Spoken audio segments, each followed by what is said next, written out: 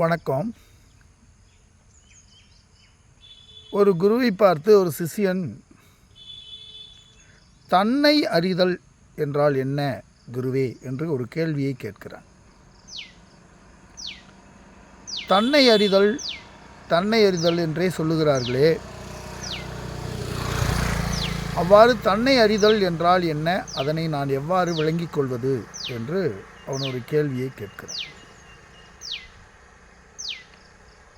அதாவது குரு அவருக்கு விடை பகர்கிறார். அதாவது மனிதர்களிலே வாழ்க்கையில் வாழ்ந்து கொண்டிருக்கும் போது பல்வேறுபட்ட நிலைகளிலும் துன்பத்தையே அனுபவித்து கொண்டிருக்கிறார்கள். சிறிதளவு இன்பம் நேரிடினும் பின்னே கடல் அளவு துன்பம் அவர்களுக்காக காத்து கொண்டே இருக்கிறது. அப்போ அந்த துன்பத்திலேயே துழன்று போவதனாலே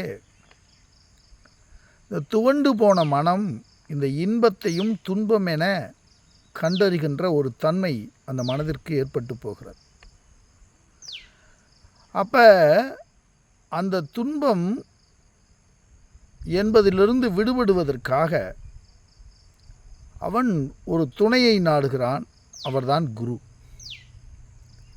அந்த குருவிடம் சென்று, நான் மிகப்பெரிய நான் துக்கத்தில் துவண்டு கொண்டிருக்கிறேன், நான் கரையேறுவதற்கு வழி சொல்லுங்கள் என்று அந்த சிஷ்யன் குருவை தேடும்போது,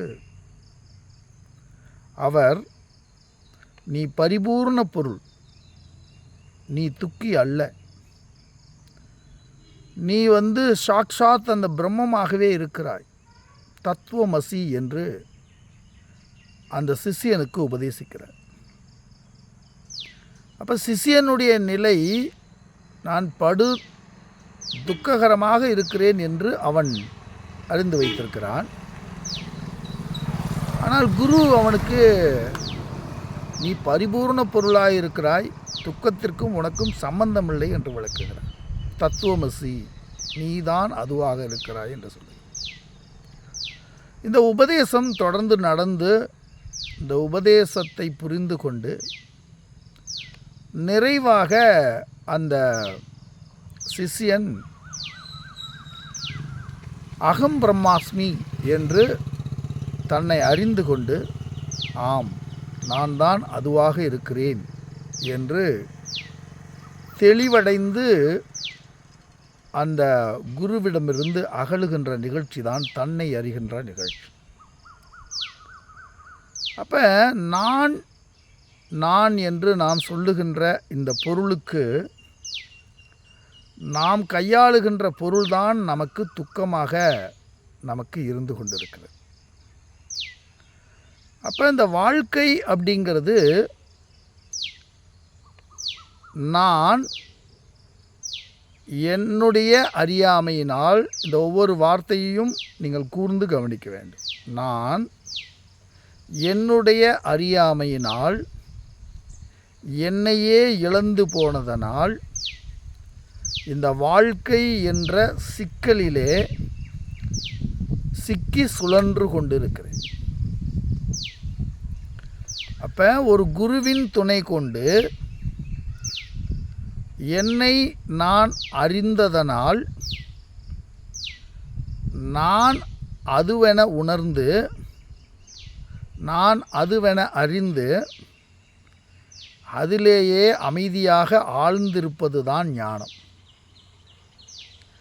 நான் என்னை அறியாமையினால் துளைத்து இந்த வாழ்க்கையிலே சிக்கிக்கொண்டிருப்பதற்கு பெயர்தான் சம்ஸ்காரம். இந்த அறியாமைக்கும் அறிவுக்கும் இடையிலே மனிதன் சிக்கிக்கொண்டிருக்கிறான். இந்த அறியாமையில் மனிதன் இருக்கும்போது அவன் சம்சாரியாய் உணரப்படுகிறான். இந்த அறிவு ஏற்பட்டு அறியாமை முற்றிலும் நீங்கி போன நிலையில் தன்னை யார் என்று முழுமையாக அறிந்து அந்த சொரூபத்திலேயே அமைதியாக நிலை கொண்டு போகிறான். அதுதான் ஞானம். அப்போ இந்த நான் என்பதை நானே துளைத்துவிட்டு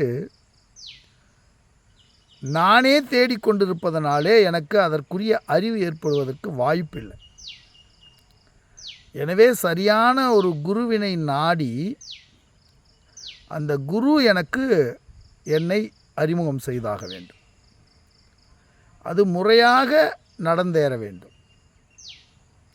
அறம், பொருள், இன்பம் என்பனவற்றை முறையாக செயலின் வழியாக கழித்து முறையாக மன தூய்மை ஏற்பட்டு உரிய காலத்திலே துறவு நிலை உண்டாகி அதன் பிறகு நல்ல குரு அமையப்பெற்று குரு அமைந்த பின்னும் தன்னுடைய விவேகம், வைராக்கியம், முமுட்சுத்துவம் போன்றவற்றில் தாழ்ந்து போகாமல் நிலை பெற்று குருவின் வார்த்தையிலும் சாஸ்திரத்தின் அறிவுரையிலும் நம்பிக்கை ஏற்பட்டு அதை முழுமையாக அறிந்த ஒரு குருவிடம் நாம் அறிந்து தெளியும் போது தன்னைத்தான் அறிகின்ற நிலை ஏற்பட்டு போகிறது.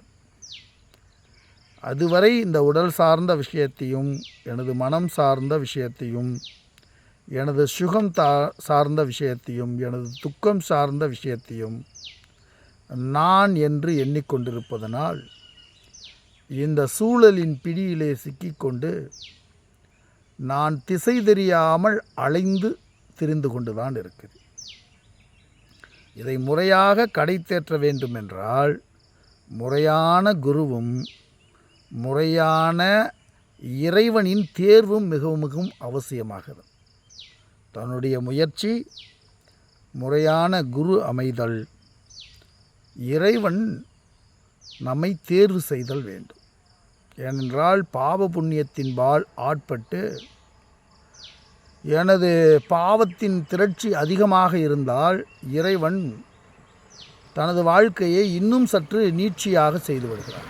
இன்னும் கொஞ்சம் நீண்டு போய் தான் நாம் அந்த பக்குவத்தை அடைகின்ற சூழ்நிலை உருவாகும்.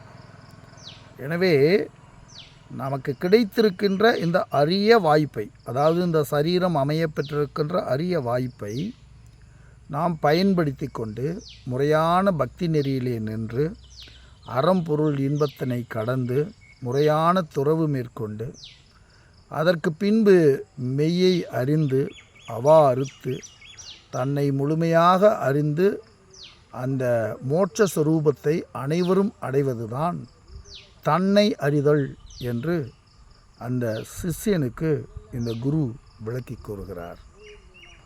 நன்றியும் வணக்கமும்.